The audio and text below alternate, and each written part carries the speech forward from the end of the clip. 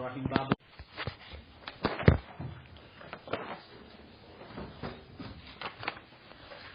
باب دې په بیان د دې خبرې فضیلت ته قران دې په تاسو غوړه سړی چې قران زکه بل تخین دې کې څه ښکال ده منډه هوا کنه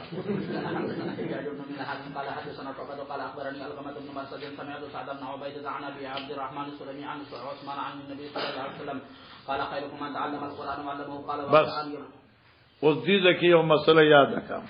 خیرکم من تعلم القران وعلمه تاسو کې غوړه سړی چې قران زده کوي او بیا بل تخی او دا استاد درجه اوچته کې د شاګرد دلته تعلم متعلم مخ کې راوړو او علم یې رسو راوړو ها ذکر خیرکم من تعلم القرآن دغه وجه دا د چونکی معلمیت چې کم دی دا حصول چې کم دی نه پس ته تعلم نه دی ذکر تعلم درجه اوله اوله ده او تعلم ذکر مقدم کړ دی دیمه دا د چلکا یو تعلم دی یو تعلیم دی تعلیم وی بل ته خودل تعلم وی بل نه زده کول دا بل نه زده کول مشکل وی آی کې د استاد د مزاج مطابق ژوند تیرول وی او تعلیم د استاد دی هغه خپل په مزاج روان دی تعلیم مزاج ته نه ګوري د بل مزاج باندې ژوند تیرول مشکل وی ځکه چې مشکلې مخکې ذکر کړل او تعلم یې مخکې راوړل قال معنا یادکا چې سعد ابن عبید وی واقرأني ابو عبد الرحمن ما ته قران خوده وانه وکړه قران خوده ما ته ابو عبد الرحمن فی امرته عثمان په زمانی د خلافت عثمان سے حتا کان الحجاج تر دې چې حجاج ابن یوسف گورنر شو تر هغه زمانی پوری چې د حجاج ابن یوسف گورنری رااله معنا دا شو چې ابو عبد الرحمن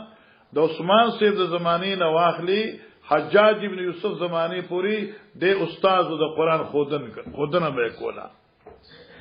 قال سو کوئی عبد الرحمن السلمی وی وذاک الذی عقدنی مقعدی هذا توجہ کرنا عبد الرحمن السلمی وی وذاک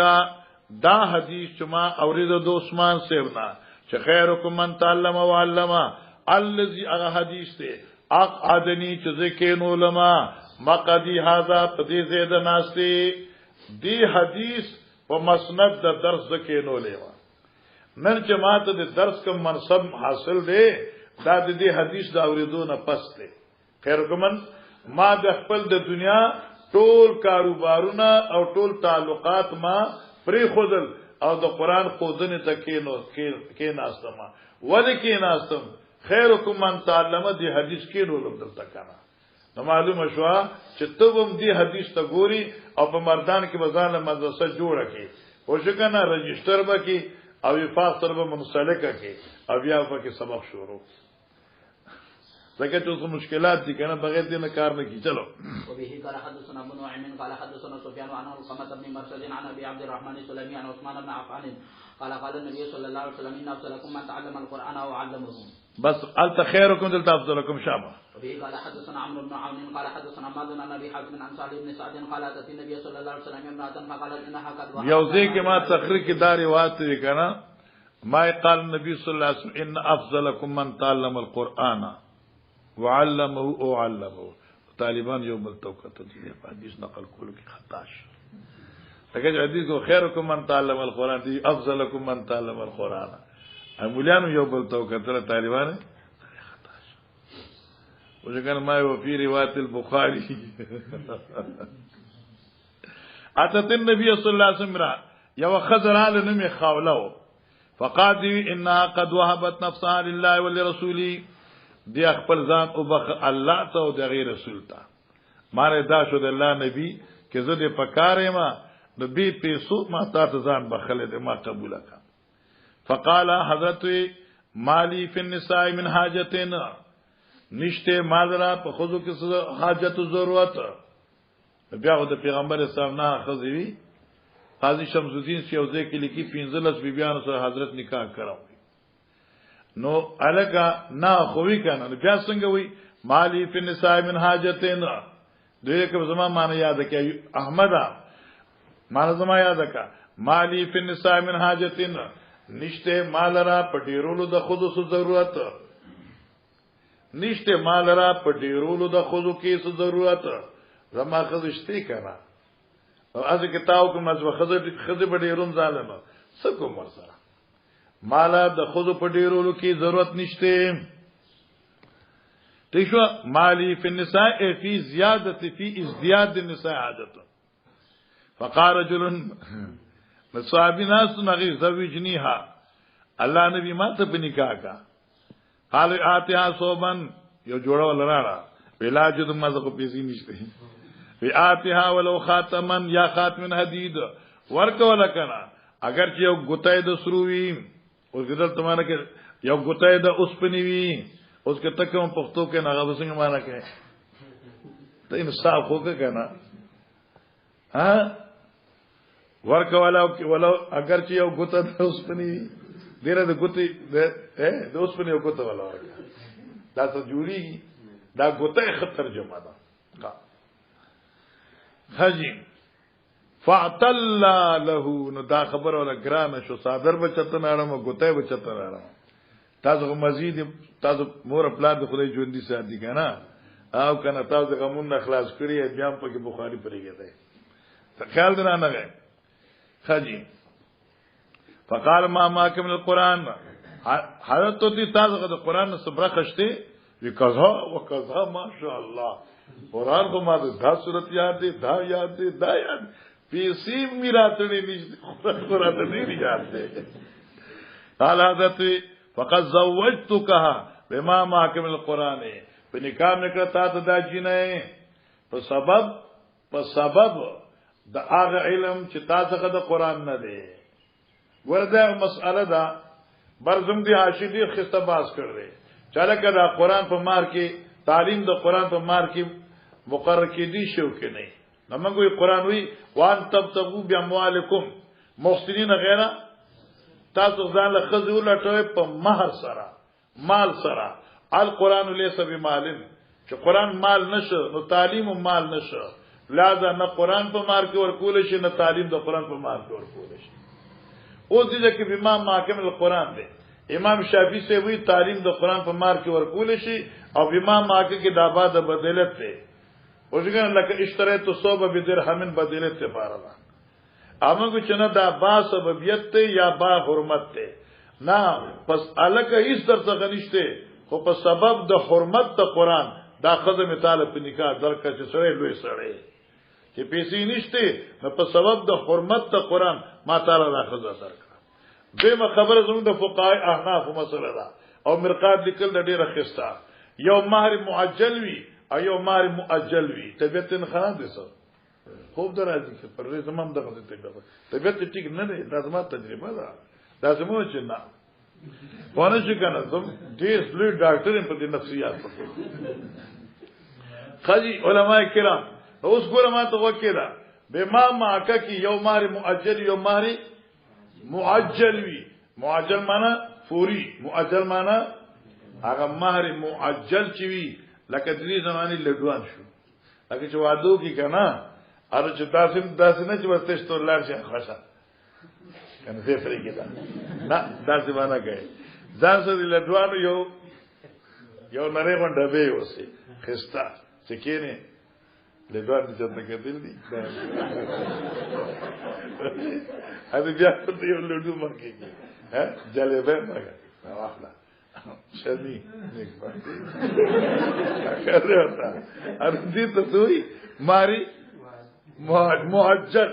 شیخ بور کې کنه خبر جوړول دي پاره وسو باندې خو وی کنه دا میټای بور ورکه یا و چې پیسې او سګی کنه او نرتو وکړه تاسو ما دي تاسو پته نه لزر روپې ده داستا هاته نه کلاس کنه نه نه نه تاسو غدي نیک ورته راغلا وشي خود دې ته مار معجل وي او چې تاسو خنشته نور څه ته وکینه احمد فران دی ویل دي دې ته د غریب دي کنه فران دی ویل دي ما خو دې ویل او نه وخت اوس پوری تا قران دی و اعوذ بالله من الشیطان الرجیم باقی ته اعوذ بالله شروع کی بسم الله شروع کی اے بیمار معجل په دې باندې حواله بلال مخندر کما کړه ٹھیک شو جی دا بطور مہر معجل شو لا مؤجل ٹھیک شو ها باب دې په بیان د لستلو د قران په یاد سره الله الله لستل د قران په یاد سره ازدکه دا خبره چې محدثین په دی باندې کلام کوي قران لستل اجر او ثواب دی خو پکې لستو سره ډبل ثواب دی په نسبت ته یاد لستو سره لکه په یاد لستو سره فقط لستو ثواب دی چې ورته ګوري نو هم د لستو هم د کتو ثواب دی چلو وفيه قال حدثنا قتيبة بن سعيد قال حدثنا يعقوب بن عبد الرحمن عن ابي حازم عن سعد بن سعد ان امرأة جاءت رسول الله صلى الله عليه وسلم اقا خضر کہ مخی حدیث مختصر کے تیرہ شو جئت لاحبلك نفسي فنظر الي رال دا یا رسول الله اے اللہ نبی جئت زراغلم لاحبلك نفسي چتا تزان حوالکم فنظر الیها حضرت تو قتل فصعد النظر الیها پورته ورته نظر وصوبه او کته کوي پختو مان کته بار ورته قتل ویجی ماتا تزان بخل حضرت کوم پوښ کنه نو بیا فرمایل زه خزه دیرول لپاره نیم راغلی معلومه چې حضرت خو خنه وکنه پوښ کنه هغه خزه دیرو مخه نه کنه چې خامخه بس خزه درازي بس حساب وو 200 شو 300 شو ها ښا دویمه خبره کې ته چې قتل ولیو نو اسی یو او دویمه خبر دا چې ګور ان نظر المکتوبه خو تا قتل دی کنه نظر المکتوبه خو به ته ګوري ذاتات جایز او نظر المکتوبه لکه دغه اچانک چې دیو قتل یا نظر المکتوبه مری سے ولکه په مور خو سره وګوري تلکته یو کور کې یو جنې دا او ته مور لګي خور لګي ترو لګي زنانو لګي چې دا جنې وګورندن ګډن د شل نه وغیرہ وغیرہ یو د نظر المکتوبه د پیخو رئیس یو کلی کی الله دې موږ معاف کړي الته باقاعده زه بیان لته ما ته خلق چټ باندې موضوع لیکم ما دال مال په خلی راځي نه چې باقاعده چې کوم دا برتانی او دالکان راځي کنه بیا ځل جنکه ګوري خوخی کمرې کې ځان سره بوزي درنه ابو ډاګانی بساو کا داسي چې دوی کنه بیا چې زنه کومه ده نو بل چې دا بلنګي سره کمرې لته زین کوم الله دې مغفرت کې خلق انګريزان شوی دي انګريزان شوی دي پوښتنه مولانا سیبا نظر المکتوبه اچانک چې وګوري یا لکه دا وخت یا خپل مور قرباني وګوره ها بیا حضرت دا سر مبارک کا تک سوچ کاو چې څوکم دې زنانه سره چې ورته مچ نه نظری چوي څوکم فلما رات المرات انه لم يقضي فيها شيئا هكذا خذ دا خیال کو چې حضرت جواب را نه ک جرست کې ناسا فقام رجل من الصحابه يسير حفاسد يا رسول الله ان لم يكن لك بها حاجه کني تعالی دې ما ضرورت فزوجنيها نماته حوالک پوجګان دلته تاسو خاصه کړی یو سړی راغی ما بشکات درس کاو د خواږ نږدې کلینا تاسو خاصه کړو کنه انا ما ته زما یو لور ده او بس هغه مو چې دې کوم زم ته بخوا ما بس الله دې وبا خزه مسافر زړه مو کور مې نشته ده ان دوه خو سره بس کو ایو که زما خپل کور نو ما خو سره بس کو ما کور نشته یو طالب دی مال دې راکړه هغه طالب مال دې راکړه سړي ستاسو په شاله په ګوندل کې ډیر شي ګرځي ستاسو په شاله ګوندل کې ډیر شي ګرځي قاضي انا دې د الله پیغمبر ماته په نکاح کا فقال هل عندك من شيء تخصصته بلا نا والله يا رسول الله حضرت اذا بلا عليك لا شکور تکانا اوس کې د سخنیشته نو کور ته لاړ شه اسو صادر س مصلا سشه س بنین منه راون فانظر حال تجد شيئا الا شکور ته شی مومي فذهب دې چې کور ته لاړ نو سمره جاراغه فقال الله بكم سنشت الله اکبر سبحان الله فاقوا والله يا رسول الله ما وجدت شيء اسلشته جی انظروا اغورا ولو خاتم من حديد فصم فذهب فرجا فقال لا اسنشته جی والله يا رسول الله ولا خاتم من حديد ولكن هذا ازاری دا یو صادر را څخه دی بس هیڅ نشته خدا یو صادر دی را څخه هغه دې ځان چا پیرا کړ الله اکبر الله اکبر ها جی ٹھیک شو قال سالوی راوی سالوی مالوری داون فلا نصفه دا منس کی ګوره ادخال دی ها هغه ولکن هذا ازاری فلها نصفه یا شو دا زما ازار دی او دا نیم دی شو بس اوس راوی قال سال مالوری داون معنا نو دل پارا صادرم پورا دا منس کی سال مالوری داون معنا دا نو لپاد دی صادرم فالتو یعنی ځان لپ صادرم فالتو نو ا صادر خو یو هغه دغه د استعمالو الا ازاری مگر دا یو صادر دی فلها نسو زما دی قذلا نیمشو دا صادر په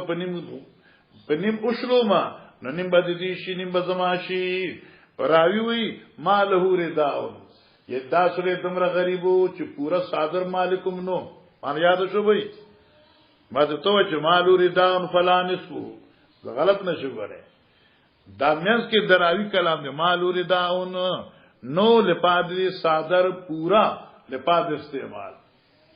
صادرم پورا نو ورڅخه ٹھیک شمالی سے با اللہ علم فقال رسول اللہ صلی اللہ علیہ وسلم بیزارک تو سکے دی صادر لنگ سنا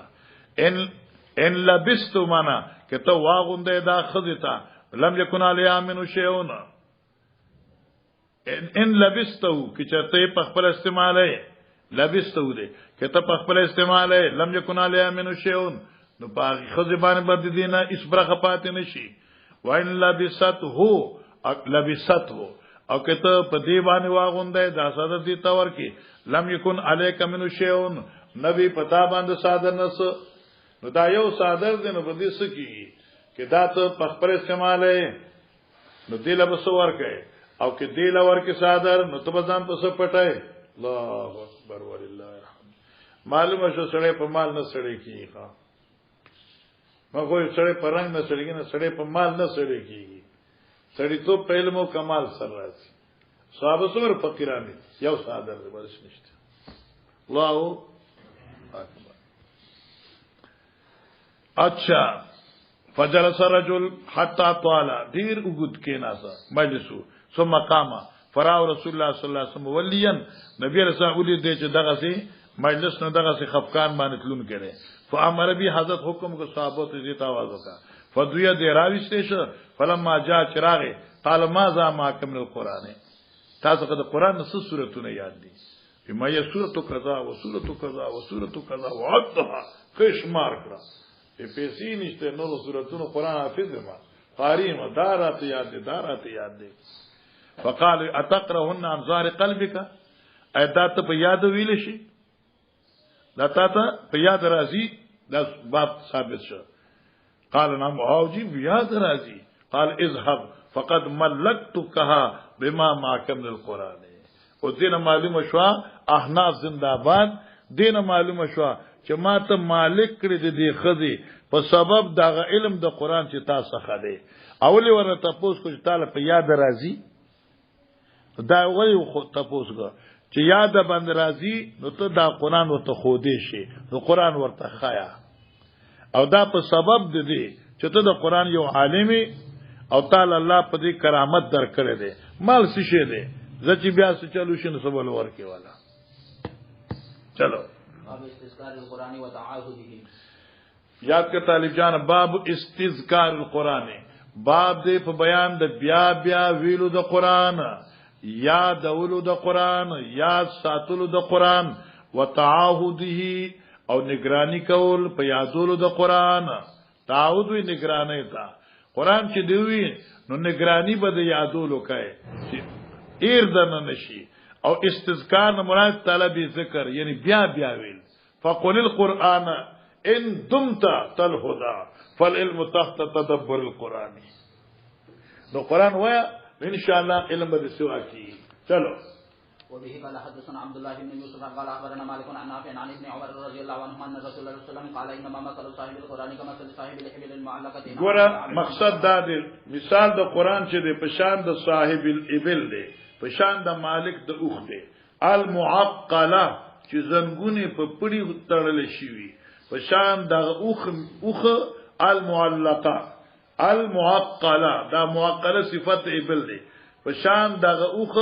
معقله دی چې اقال کړی شي اقال خو پیژنې کنه چې زنګونی په مزي تړل شي ان عهد علیها چې مالک نگرانی کوي د دې اوخه نو امسکها تړلې به اوساتی دی لرا مریاده دانه چې سر امسکها تړلې به اوساتی دی لرا وان اطلق او کچره دا پړې تنه لریک نو ذهبت نو دیبته اوسخت دا تشبیه شو قرآن عظیم عجیبت تشبیه پیغمبر اسلام ورکا الله الله بوجی کنه صاحب قرآن دا پشان د صاحب الابل شو او قرآن په منزله د ابل شو او یادول د قرآن په منزله د اقال شو چې مالک د اوخ اوتړي نو محفوظ بو ساتي چې مالک د اوخ اونتړي نو وبته تختی دارنګه صاحب د قرآن کې چری قرآن سره رابطه ساتي نو قرآن به سره محفوظ پاتې شي او کې د قرآن سره رابطه نه ساتي نو قرآن به لار شي نو جی قال حدثنا محمد بن عرعرة قال حدثنا شعبة عن منصور عن ابي وائل عن عبد الله رضي الله عنه قال النبي صلى الله عليه وسلم بأسماء احد من يقول نسيت آية ګوره دا رسو مسله را روانه ده دا د ګناه خبره ده چې یو سړي له قرآن ایر شي او دوی چې نسیتو ما قرآن ایر کا دا بیا دبی دا ها دا دوی چې نسیا یا نسیتو یا نسیتو مان الله ایر کا یا مان ایر کړي شو دا دوی خود نسیتو دی نه وي هغه کې وجه دا ده چې د نسیتو یو ماندار چې ترکتو نسیتو کې یو احتمال دا چې ترکتو هماره څه شو ما قرآن پرې خود دا خبر جائز نه ده لکه بریره نه لکنه نبی اسلام ولنم بدل کړ ویوالي بیا موږ چې خرجت البر راتو نیکی د کور وته وجات البر تو خیر خرجت البر شي نیکی د کور لاړه نو دې لپاره دا وهم دی چې توه نسیت معنی ترکت القرآن دا ګناه خبره ده لا تقل نسیت بل وانسیت یا ونسیت والقدر خير وشر من الله تعالى ها بسمال احدهم ان يقول نسيت آیت کیت وکیت علم کے فلان کے آیت بل یقول ویدی نسیا ایر کرش اس حضرت تذکر القرآن بیا یادوی قرآن فإنه اشد تفسیا بشک دا قرآن دیر سخت دے فتختیدو کی من صدور رجال د سینو د خلقنا من النعم سمانا اشد تفسیا من النعم من صدور رجال دا ډیر سخت په تختیدو کې د ډنګورو مقابله د ډنګورو د سینو د خلقنا لکه ساورې دي مونږینا دمر زر نه تختی چې څنګه دا قران ستاسو نه تختی کې ساورې مونږی سره تا تړلې پړې اوښلې ده دا څومره زر تختی دین زیاد قرآن ته نه تختی او چې ستات تړلې دي ساتلې وي نو مونږی سره بولاړي او چې قرآن ته بار بار وای نو پزړه کې به پاتې شي او کې ته تلاوت نه کې نظر نه بدلار شي جی قربان وفي قال حدثنا عثمان قال حدثنا جرير عن منصور مثله قربان عن ابن المبارك عن شعبة وتابعه ابن جريج عن عبدة عن شقيق سمعت عبد الله سمعت النبي صلى الله عليه وسلم شابه وفي قال حدثنا محمد بن علاء قال حدثنا ابو اسامة عن بريد عن ابي بردة عن ابي موسى عن النبي صلى الله عليه وسلم قال تعاهد القرآن فهو الذي نفسي بيده له اشد تفسيا من الابل في عقلها باب القراءة على الدابة باب دې په بیان د جواز د قرائت علی الدابه په سورلې معنی دا شوا چې سحرګل کلی تزي او د حافظ د قرآنی او بس کی کینی او دغه زینه دور شروع کی تر کوټه پوری نو کم سے کم دی بل سپینزل سپاری اووي نو آیا دی په دی بس کی قرآن ویل شي او سوالای قرآن ویل شي یقینا ویل شي دی وهي قال حدثنا حجاج بن منهال قال حدثنا شعبة قال اخبرني ابو اياس قال سمعت عبد الله بن مغفل رضي الله عنه قال رايت رسول الله صلى الله عليه وسلم يوم فتح مكة وهو يقرا على راحلته سورة الفتح باب تعليم الصبيان القرآن. باب د په بیان د خودونو د ماشومان ته قران پاک. ګوره دا یو مسأله ده علماء کرام. حضرت سعید ابن جبیر ابراهیم نخعی رحمهم الله دوی مسلک دا دی چې نابالغ بچی ته قران نشي ویلې. د دې وجنا چې د قران احترام نشي کوله. قران د پر احترام ضروری دی، ادب ضروری دی. نو دغه اکثر به ودسي ادب نشي کوله، نو لہذا دې ته به قران نه وایي. امام بخاری د ابراهیم نخعی او د سعید ابن جبیر په دې رائے رد کړي او وی چې نه ماشومان ته به قران خای. ځکه چې ماشوم مثال دی غي د غره مثال په شان د غټي دی. په غټي چې کر خراق کې نامیشه دی پاره پاتې وي. ماشوم په سینه کې چې یو شی کیناست نامیشه به یاد وي. قام بوډاګان هغه خونم دی او سبا غوان اخري دا خونی کنه ارشي وی ترنا مخکې دا. وبه قال حدثنا موسى بن اسماعيل قال حدثنا ابو عوانة عن ابي بشر عن سعيد بن جبير قال ان الذي تدعونه المفصل هو المحكم قال وقال ان الذي تدعونه اغسرتنا تدعونه چې تاسو ولنم اخلي مزه ته چې بالای المفصل مفصل كم مفصل من البروج من الحجرات الى البروج تیشو کنه اغه تجمع هو المحكم دا محکم دی. محکم څه ته وای؟ التي لم ياتي عليه النسخ. هغه سورتونه چې پای نسخ ناراضي هغه ته محکم وای. یا محکم به مقابله د متشابه دي. دا محکم دي معنی متشابه نه دي. واضح الدلالت دي. قال دی وی قال ابن عباس رضی الله عنه توفي رسول الله صلی الله علیه وسلم حضرت دنیا نه لاړ وانا ابن 10 سنين زد لسو کالوما وقد قرات المحکمه اما مفصلات ټول یاد کړو. مانه زد لسو کالو ما مفصلات ویلو دا لسو کالو سره خو بالغ کړه نابالغي صبي وي. نو مانه دا چې ماشوم ته قران ویل شي او ماشوم به قران وایي. اوس دې کې دا سوال دی چې د حضرت چې کله وفات کېده ابن عباس عمر خو 11 کالو او دلته لس کال لیکلي دي. داغه بسکه به حذف الکسر به حذف الکسر چغدري کال کسر هغه نه ذکر کړي. جی قال حدثنا يعقوب بن ابراهيم قال حدثنا وشيبان اخبرنا ابو بشر عن سعيد بن جبير عن ابن عباس رضي الله عنه جماعه المحكمه في عهد رسول الله صلى الله عليه وسلم فقلت له هو المحكم قال المفصل خجيم معنی دا شو جماعت المحکمه ما یاد کړو محکم سورتونه په حضرت زمانہ کې فقلت ما ورته مل محکم یا المفصل من الحجرات الى البروج. باب نسيان القران وهل يقول نسيت آية كذا وكذا وقول الله تعالى سنقرئك فلا تنسى الا ما شاء الله. ګور سحر ګل مولا الا ما شاء الله نو سحر ګل مولا کنه مقافر را برکا. اوس سحر ګل مولای سیوا توجه کوا. نسیان په دوه قسمه ده. یو هغه نسیان دی چغی پسی یاداش فوری راځي. نسیان فوری یاداش راځي. سریع الزوال او سریع العارض فوری یاداش راشي. آیت نسیان وی. د دې نسیان راتل په حضرت کې دی شو. زکه چې بشر من البشر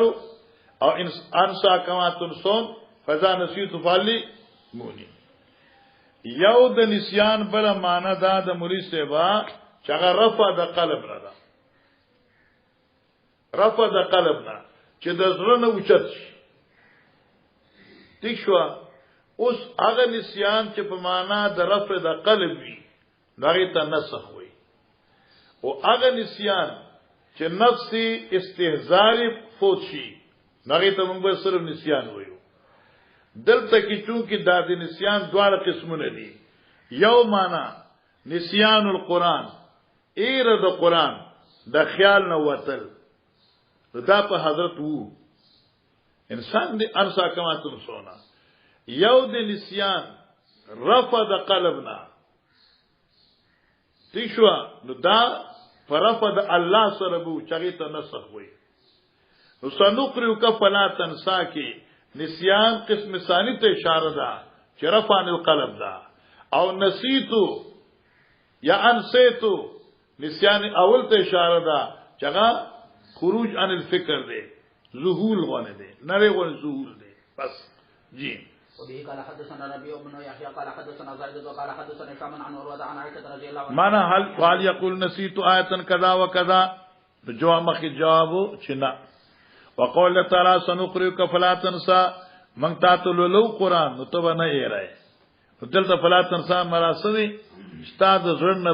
نه لری کیږي الا ماشاء الله ها چې منګ لری کو د زستانه په نسخ کولو سره ويا عن عائشة قالت سمع رضي الله عنهم قال سمع النبي صلى الله عليه وسلم رجلا يقرأ في المسجد فقال يا ولد واعظ النبي عليه السلام ديو سيدنا يقرأ في المسجد چې قران وی فقال يرحم الله حضرت الله دې په دې رحم کی لقد اذكرني كذا وكذا آیت من سورۃ كذا دې سورې خو یاد کما تا فلان کې آیت ته فلان کی سورۃ الکه د فلان کی سورۃ د آیت نو دا زما د ذهن نه زول شو مستحضر شوه نو دا چې مان ایر شو بالکل دا استهزار ختم شو دی چې وی ما ته آیت یاد دا خو د انسان په طبيعت راضي کنه جی وبه قال حدثنا محمد بن عبيد بن ميمون قال حدثنا عيسى عن هشام وقال اسقطتهن من سورة كذا حضرت اسقطتهن ما دا آیتونه غرزورو د فلان کی صورت نه معنی ما بالکل زما د خیال نه وتلو چې د فلان کی صورت کې دا آیتونه شته د دې سړي په تلاوت راته یاد شو جی حضرت ابو علي بن مسعود وعبد عن هشام وبه قال حدثنا احمد بن ابي رجاء قال حدثنا ابو اسامه عن هشام بن عروه عن ابيه قال عن عائشه رضي الله عنها قال سمع رسول الله صلى الله عليه وسلم رجلا يقرا في سوره الليل دا رجل عبد الله ابن مسعود دی يقرا في سوره بالليل دی لستل په یو سورت کې بالليل د شپې دا د شپې یو سورت وی پای کې یو آیت وی فقال حضرت يرحمه الله الله دې په دې ځان رحم وکي لقد اذكرني كذا وكذا آیتن یاد کړه ته فلان کې آیت كنت انسيتها من سوره كذا وكذا ومز انسيتها ارکشو د معنا د فلان کې سورت نا مراد انسیتنا بی خیالی د غره ها یاد ساته بی خیالی خیال ته چې نه راتل جی وبه قال حدثنا ابن نعيم قال حدثنا سفيان عن منصور عن ابي وائل عن عبد الله رضي الله عنه قال قال النبي صلى الله عليه وسلم ما لاحد يقول نسيت آية كيت وكيت حضرت مال احد سوش لپاد دي خلقو یو یا مال احد لا يجوز لاحدهم نافیا جائز نه دي لپاد یو سړي چې نسیت آیة کیت وکیت بل هو نسیا دی خو نسیتو دی نو بیا نبی دا جی باب من یرا باسنا یقول سورۃ البقره و سورۃ کذا وردا یو مسأله د طالب جانا چې الکه دا ویل چې دا سورۃ البقره دی دا سورۃ النساء دی بعض علما وی چې دا سني شی ویل ځکه معنی دا سورۃ البقره دی دای ظاهر ته ګوري سورۃ د غوي سورۃ چرته راغی سورۃ ال عمران چرته دی سورۃ خود چرته راغی لوایبا سورۃ التي ذکر فيها البقره سورۃ التي ذکر فيها العمران سورۃ التي ذکر فی النساء هغه سورۃ چې پکې د خود ذکر دی هغه سورۃ چې پکې د بقر ذکر دی بعض خلک دا وایي لیکن جمهور مسلک دا دی چې حضرت صلی الله علیه وسلم نا سورۃ البقر و سورۃ الجن و سورۃ النمل و سورۃ النحل ذکر دی لہذا دقه سویل جائز دی جی قال حدثنا عمر بن حفص قال حدثنا علي قال حدثنا الأعمش قال حدثنا إبراهيم عن قمة وعبد الرحمن بن يزيد عن أبي مسعود الأنصاري رضي الله عنه قال قال النبي صلى الله عليه وسلم على آيتان من آخر سورة البقرة من قرأ بهما في ليلة كفتاه بس حدیث تامخ کې ویل دي او بس من آخر سورة البقرة حضرت سورة البقرة وی دا چې من آخر سورة التي ذکرت فيها البقرة مطلق حضرت ویل دي لہذا سورة البقرة ویل جائز دي چلو وبه قال حدثنا ابو اليمان قال اخبرنا شعبة عن الزهري قال اخبرني عروة عن حديث المسور بن مخزومة وعبد الرحمن بن عبد القاري انهما سمعا عمر بن الخطاب يقول سمعت هشام بن حكيم ابن حزام يقرأ سورة الفرقان في حياة رسول الله صلى الله عليه وسلم فسمعت له قراءة وای ما د سورۃ دا موږ مخکې ویل ښه سورۃ فرقان ما د حضرت جون کې چلو فاستمعت لقراءة ما وقت خودي سړي قرات شام ته چلو فإذا هو يقرأها على حروف كثيرا لم يقرئنيها چې هغه کیفیت سره ما ته پیغمبر علی السلام نو خودلې جی فقط قریب او اصابره فی الصلاه چې ما په دی باندې حمله کړې وې په داس وخت کې دې په مسکی وو په دې مسکی می واه خفان تذرت مولت مولا ورکه حتا سلام چې سلام واړو فلببته نو ما راخ کړې په داسې حال کې چې صادر می ورته په غاړه کې اچولو فقلت ما ته من اقرا هذه سوره التي سمعتك تقرا تا ته دا سورۃ په دې کې فچا خودل دي فانطلقت بلا رسول الله صلی الله علیه وسلم بو مت حضرت تا اقودو چې ما راخ ځان پسې پای کنه آسان دی فقلت يا رسول الله سمعت احد يقرا سوره الفرقان على حروف لم تقرئنيها وانك قراتنيها سوره الفرقان فقال يا هشام اقراها فقراها القراءه التي سمعته فقال رسول الله صلى الله عليه وسلم هكذا انزلت ثم قال اقرا يا عمر فقراتها التي اقرانيها فقال رسول الله صلى الله عليه وسلم هكذا انزلت ثم قال رسول الله صلى الله عليه وسلم ان القران انزل على 7 احرف فاقرأوا ما تيسر منه وبه قال حدثنا حدثنا بشر بن آدم قال أخبرنا علي بن مسهر قال حدثنا هشام عن أبيه عن عائشة رضي الله عنها قال سمع النبي صلى الله عليه وسلم قارئا يقرأ من الليل في المسجد فقال يرحم الله لقد أرسلني كذا وكذا آية أسقطتها من سورة كذا وكذا باب الترتيل في القراءة وقول الله تعالى ورتل القرآن ترتيلا بس باب الترتيل في القراءة باب د بیان د جدا جدا لستلو د قرآن ترتیل په معنا د دمه سره په لستو په دمه سره دمه داد لګته اولائک علی هدى من ربهم واولائک هم المفلحون چهار یو آیت توای اده بل نه جداوی او زکستا عاشویل دي چې دا په تفکر او په تدبر کې اسهل دي معنا ممد دي په سوچ او په فکر کې او ته اولائک اولائک المفلحون نو تدبر ناراضي تاسو یې سدیونه وی تدبر ناراضي د منقطه دا الترتیل من التبیین من جدا جدا ویل د قران عظیم او پاغي باندې دلایل دي نو دمره پتی زبانه وای چې بس اس کړه ساری لکه روزه کې مفلحون الله اکبر بل مؤمنون الله اکبر او دا پته نه چې دی وې ساسونه یقیني خبره نه او دا جرم دی ډیر سخت ترین جرم دی هاوای شابه وقوله تعالی ورتل القرآن ترتیلا او اول ولا قرآن عظیم ترتیلا په جدا جدا وینا سره ورتل القرآن ترتیلا او بیان کدا قرآن عظیم په بیانولو کامل وضاحت سره یا اولل من پتا باندې دا قرآن ترتیلا جدا جدا تفسیرا په وضاحت سره وقول تعالی وقرانا او موږ نازل کړ د قرآن فرقناه چې جدا جدا کړی دې موږ دې تقرأ للناس لا مکس چولې په خلق باندې په دمه چې خلق په پویا اسمن دې بنوای وما یکرو او بیان دغه سیزو یعنی باب دې بیان د ترتیل هغه بکای وما یکرو او بیان دې په بیان بعد بیان دغه سیز چې هغه مکروه دی هغه څه دی ان یحزا چراغ کله شي ان یحزا چې تیزواله وکړي شي باغې باندې که حاضر شعر په شان د جلب بازه د اشعارو وشو کنه بس اشعار په شان نه بس اسی کړي برابر وا انور دې مطلب باندې پويږي نه ها یفرقو سورته حامیم دخان تلاغ یفیا یفرقو کل امر حکیم ایو فصلو د لوح محفوظ نه جدا کیږي کاتبین کرام کتاب دا قال ابن عباس فرقناه فصلناه من تفصیل سره بیان کړ د قران چلو وبه قال حدثنا ابن عمان قال حدثنا مهدي بن ميمون قال حدثنا واصل عن ابي وائل عن عبد الله رضي الله عنه قال غدونا على عبد الله فقال رجل غدونا صار وقت لا عبد الله بن مسعود څخه فقال رجل يوسري قرات مفصل البارحه نن مش په مفصلات ویلو نن میں تهجد کې سورۃ حجرات د بروج پوری میں ټول ویلي د شپې حضرت عبد الله وی حز که حز شعر منډه دی ور کړی وا په شان د منډه دا شارو اشاب شان منډه ور کړه تقطر ان قسمنا القراءه بشکا من اورز قرآن وانی لاحفظ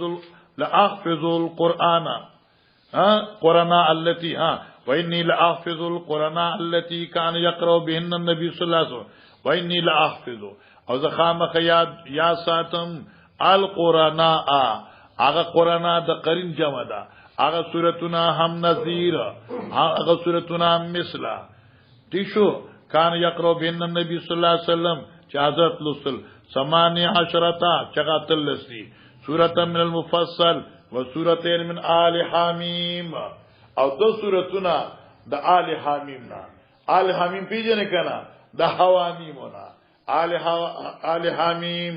دا حوامیمونا آل مجلس آل جماعت آل حامیم دا جماعت دا حوامیمونا نو شر شو کنا او دا شر سورتنا اگر نظائر دی چکم عبداللہ بن مسعود خپل کتب کاپے کی لکلو دعوت یادو جی وبه قال حدثنا قتيبة بن سعيد قال حدثنا جرير عن موسى بن ابي عائشة عن سعيد بن جبير عن ابن عباس رضي الله عنهم في قوله تعالى لا تحرك به لسانك لتعجل به قال كان رسول الله صلى الله عليه وسلم اذا نزل جبريل بالوحي وكان مما يحرك به لسانه وشفتيه فيشتد عليه وكان يعرف منه فانزل الله الايه التي وكان يعرف منه او دا کیفیت دا حضرت علیہ الصلوۃ والسلام نوا مخصوص کے دے شو جی فانزل الله الآية التي في لا أقسم بيوم القيامة لا تحرك به لسانك لتعجل به إن علينا جمعه وقرآن قال علينا أن نجمعه في صدرك وقرأناه فإذا قرأناه فاتبع القرآن فإذا أنزلناه فاستمع ثم إن علينا بيانه قال إن علينا أن نبينه بلسانك قال فكان إذا أتاه جبريل أطرق فإذا ذهب قرأه كما وعده الله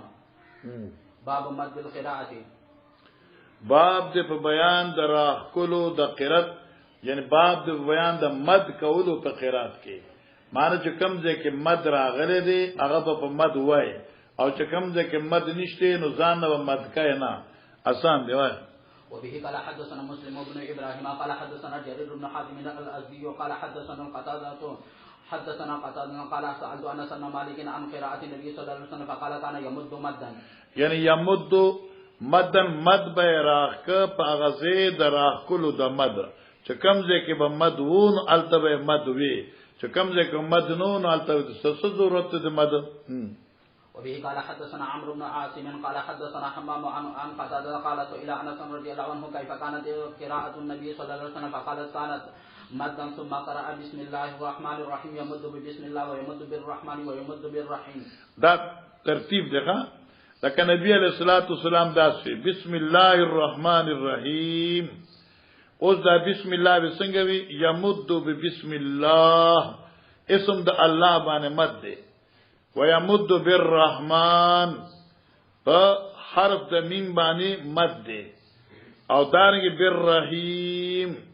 نو معنی بسم الله الرحمن الرحیم دا ترتیب شو د پیغمبر علی السلام د قرات جی باب الترجیع ترجیع د رجع نه ده همنا واپس کول د आवाज ګرځول را ګرځول د आवाज په حلق کې په وخت د لستو د قران عظیم لك هو الله الذي او نو دا شو حمزه په کې راوښته کنه لکه تا ته ان شاء الله راشي 1125 صفحه تراوانه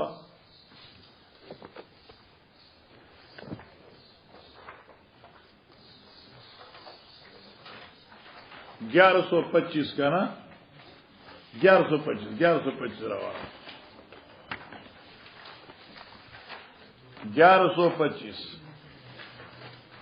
1125 جوڑی کا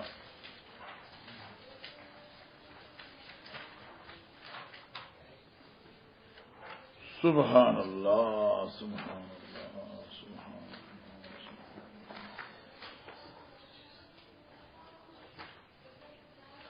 لکه ګوره دې مینس کې سورة فرجع فيها قال ثم قرأ معاوية يحكي قراءة ابن مغفل قال لولا أن يجتمع الناس عليكم لرجعت كما رجع ابن مغفل يحكي عن النبي صلى الله عليه وسلم فقلت لمعاوية كيف كانت ترجيعه قال ثلاث مرات شو كان لكن تاسو کنه والله دا خو سره جوړی ټیک ټاکی کنه او صحت خي زما او د احمد بشاره نه کړه احمد غزار سره تلکو نو خو دې ځوان دی ماشاءالله چلو وفيه قال حدثنا آدم بن أبي إياس قال حدثنا شعبة قال حدثنا أبو إياس قال سمعت عبد الله بن مغفل قال رأيت النبي صلى الله عليه وسلم يقرأ وهو على ناقته أو جمله حضرت قرآن وی په داسې حال کې چلا ناقته په سوالای باندې ناقه اوخه او جمله یا په اوخ باندې راوي شک دنو او قال وی ها ویا او دا سوالی چې تصویر به روانه وا په داسې حال کې چې حضرت په سورو الباول الحال وهو يقرأ سورة الفتح أو من سورة الفتح قراءة لينة قراءة پنرمه سرا يقرأ لستو وهو يرجع فداس حال کی چې هغه مدي په حلق کی اړو را اړو مد ترجیح وکنه اړول را اړول لکه حلق کی आवाज اوچتول کتکول غټول یا داسې کنه چې کوم د قرآ حضرات ترتیب دی بس تاسو وبم بوس کې پانی شانی پیلو مولوی صاحب راغې نو ډیره خدمت ماسخین به هم سبق